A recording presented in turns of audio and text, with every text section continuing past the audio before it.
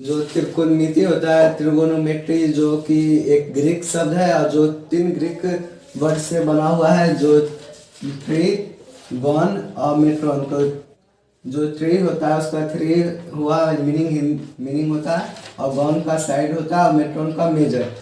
मतलब जो 3 साइड का मेजर पढ़ते हैं तो उसे ट्रिगोनोमेट्री कहते हैं। तो जो 3 साइड से बना हुआ आकृति होता है वो त्रिभुज होता है। तो हम इसमें पता चलता है कि हम इसमें त्रिभुज के बारे में पढ़ेंगे।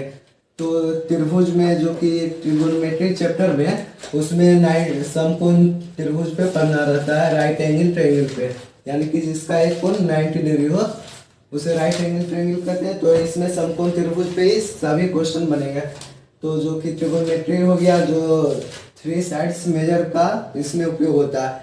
जो फिर इसका अगर अर्थपूर्ण परिभाषा, जो परिभाषा होता है मेन, अगर बात करेंगे उसका, तो जो त्रिकोणमिति का परिभाषा होगा कि गणित का वैसा भाग जिसमें किसी भी समकोण त्रिभुज के भुजाओं और जो कोण है उसके प्राप्त संबंधों का अध्ययन किया जाता है, उसे त्रिकोणमिति कहते हैं। देखिए, गणित का वैसा भाग जिसमें किसी समकोण त्रिभुज में भुजाओं और कोणों के बीच प्राप्त संबंध का अध्ययन किया जाता है, यानी कि भुजा का भी और जो कोण का भी, उसका प्राप्त संबंध का अध्ययन हम करते हैं, उसे त्रिकोणमिति कहते हैं।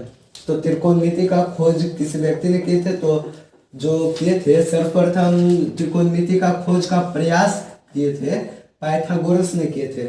और जो पाइथागोरस किए थे वो किसी एक समकोण त्रिभुज में भुजाओं के बीच संबंध ज्ञात किए थे। जो पाइथागोरस थे वो कहे थे कि 90 के सामने जो कर्ण होता है वो अन्य दो भुजाओं के वर्गों के योगफल के बराबर होता है, लेकिन वे कोण के बराबर में कुछ भी नहीं कह पाए, कोण के बारे में कुछ नहीं बोले जो पाइथागोरस थे। तो उन्होंने जो खोज नहीं किए, त्रिकोणमिति का पूर्ण खोज नहीं कर पाए।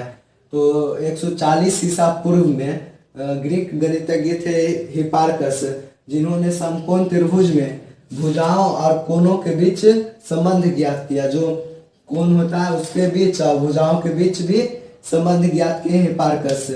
तो अगर हम ए को थीटा मानते हैं तो इसका लंब हो जाएगा, इसके थीटा के सामने को लंब हो जाएगा।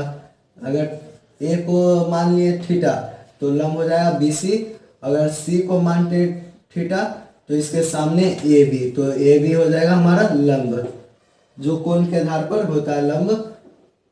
और जो त्रिकोणमिति के अनुसार ही आज हम किसी भी, अगर हमारे पास दिया हुआ है दूरी, तो वो कितना डिग्री पे है और कितनी डिग्री जो है तो हम उसका लंबाई चौड़ाई सब निकाल सकते हैं।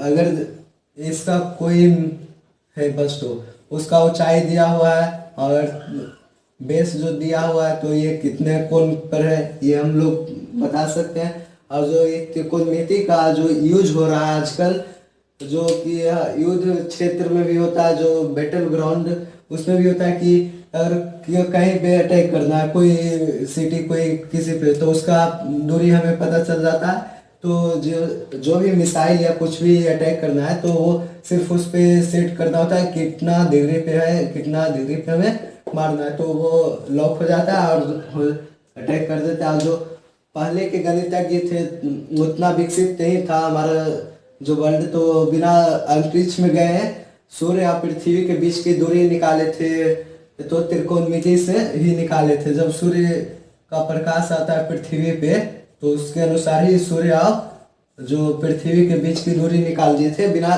गए हुए कुछ खगोल शास्त्री थे। जो ये सब त्रिकोणमिति से निकलता है। तो ये था हमारा बेसिक जो कंसेप्ट था। अब इसके बाद देखते हैं इसके फार्मूला क्या होता है। तो त्रिकोणमितीय निष्पत्तियां क्या होती है, तो किसी भी समकोण त्रिभुज में भुजाओं के अनुपात को हम त्रिकोणमितीय निष्पत्तियां कहते हैं। तो किसी भी समकोण त्रिभुज में, तो एक समकोण त्रिभुज ले लेना है, एक समकोण त्रिभुज, किसी भी समकोण त्रिभुज में भुजाओं के अनुपात को त्रिकोणमितीय निष्पत्तियां कहते हैं। तो इसमें कितने भुजाएं, 3 भुजाएं, 1 2 3, तो 3 भुजाएं, तो हम इसे 6 तरह से निष्पत्तियां कर सकते हैं, यानी कि 6 तरह से अनुपात कर सकते हैं। तो इसका 6 निष्पत्तियां होती है। जैसे देखिए ए बी बटा बी सी कर सकते हैं हम। ए बी बटा ए सी हो गया, फिर बी सी बटा ए बी, बी सी बटा ए सी, फिर से ए सी बटा ए बी और ए सी बटा बी सी। तो ये 6 तरह से हम अनुपात में कर सकते हैं। तो इसका 6 निष्पत्तियाँ होते हैं और इसके अलावा भी 2 निष्पत्तियाँ होते हैं। अगर वो जो समरूप होता है त्रिभुज, जो 2 समरूप त्रिभुज है A B C D E, ये भी 90 है, ये भी 90 है, तो समरूप होगा त्रिभुज सी वह निष्ठ और एक 90 होता है, तो शेष जो अन्य 2 भुजा होता है वो भी 90 होगा। अगर समरूप रहता है तो भी होता है जो भर्स्ड और कोभर्स्ड निष्पत्तियां से होती है अनुपात में। तो हमें 6 ही पढ़ना है अभी, तो उसके अनुसार ही फार्मूला जो होता है 6 निष्पत्तियां पे फार्मूला है। तो पहला फार्मूला होता है साइन थीटा। जो थीटा होता है वो भी एक ग्रीक वर्ड है, तो थीटा इसको सी को मानते हैं थीटा, तो इसके सामने लंब हो गया और 90 के सामने कर्ण है। तो एक साइन थीटा होता है और इसका उल्टा होता है कोसेक थीटा। कोसेक थीटा अगला होता है कॉस थीटा और सेक थीटा। फिर अगला होता है टेन थीटा और कॉट थीटा। ये जो साइन है उसका ऑपोजिट होता है कोसेक, और जो कॉस है उसका ऑपोजिट सेक है, और जो टेन थीटा है उसका ऑपोजिट कॉट थीटा है। यानी कि इसलिए लिखे हैं ऑपोजिट होता है। साइन थीटा होता है उसका जो वैल्यू होता है उसका फॉर्मूला जो लंब बटा कर्ण होता है। तो जो थीटा के सामने लंब हो गया, ये बेस हो गया हमारा आधार, और ये कर्ण एच हाइपोटेन्यूस परपेंडिकुलर और बेस। तो जो साइन थीटा है वो हो गया लंब बटा कर्ण, तो पी बटा एच। अगर इसको लंब माने तो ए बी बटा ए सी भी लिख सकते हैं, ए बी बटा ए सी बराबर पी बटा एच। तो ये साइन थीटा अगर सी का जो कोण है, सी कोण है थीटा, तो ए बी बटा ए सी लिखेंगे। अगर रहेगा ये थीटा, अगर ए है थीटा तो हो जाएगा बी सी बटा ए सी, क्योंकि लंब हो जाएगा बी सी, इसलिए हम डायरेक्ट सिर्फ पी बटा एच लिखते हैं। लंब बटा कर्ण पी बटा एच हो गया। और तो इसका क्या कहें थे, ऑपोजिट है। कोसेक है जो साइन थीटा का ऑपोजिट है, उल्टा। तो जो साइन थीटा में हम लिखे पी बटा एच, तो कॉस थीटा में उल्टा क्या होगा, एच बटा पी, कर्ण बटा लंब, एच बटा पी, इसका उल्टा हो गया।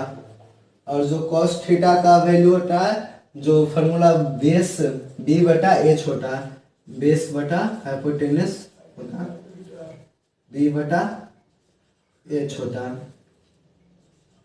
और इसका भी सेक है जो उल्टा है, कॉस का उल्टा है, तो एच बटा बी होता है इसका। और जो टेन थीटा होता है उसका होता है लंब बटा आधार, जो पी बटा बी होता है, पी बटा बी। जो टेन थीटा का मान हुआ पी बटा बी, और कॉट है जो उसका उल्टा है, जो टेन है उसका उल्टा है, तो बी बटा पी।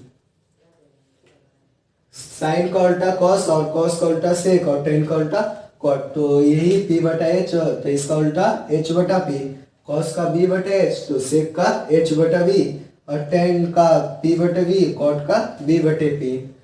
और जो हम समकोण त्रिभुज पढ़ेंगे, जो त्रिकोणमिति चैप्टर में समकोण त्रिभुज है, तो इसमें पाइथागोरस प्रमेय जो बहुत इम्पोर्टेंट है, जो हमें बार बार आता रहेगा पाइथागोरस, तो उसको भी जो पाइथागोरस प्रमेय है उसको लिखते हैं।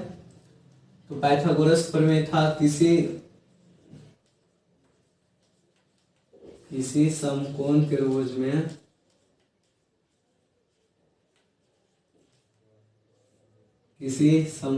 त्रिभुज में जो कर्ण का वर्ग होता है, कर्ण का वर्ग अन्य दो भुजा, तो अन्य दो भुजा में कौन कौन आता है, लंब और आधार आता है। अन्य दो भुजाओं